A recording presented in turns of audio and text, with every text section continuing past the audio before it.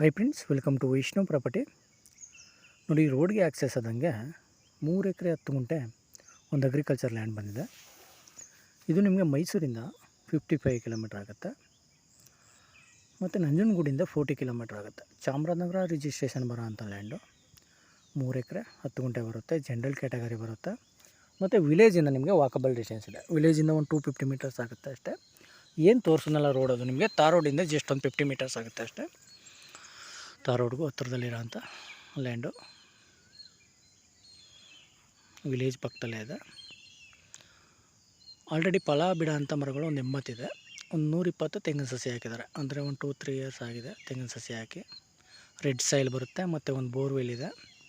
Present ಇವಾಗ running ಇದೆ borewell. ಈಗ ನೋಡಿ, ಇವರು ಪರ್ ಏಕರ್ ಬಂದು 30 ಲ್ಯಾಕ್ಸ್ ಹೇಳ್ತಾಯಿದ್ದಾರೆ. 30 ಲಕ್ಷ ಹೇಳ್ತಾಯಿದ್ದಾರೆ ಪರ್ ಏಕರು.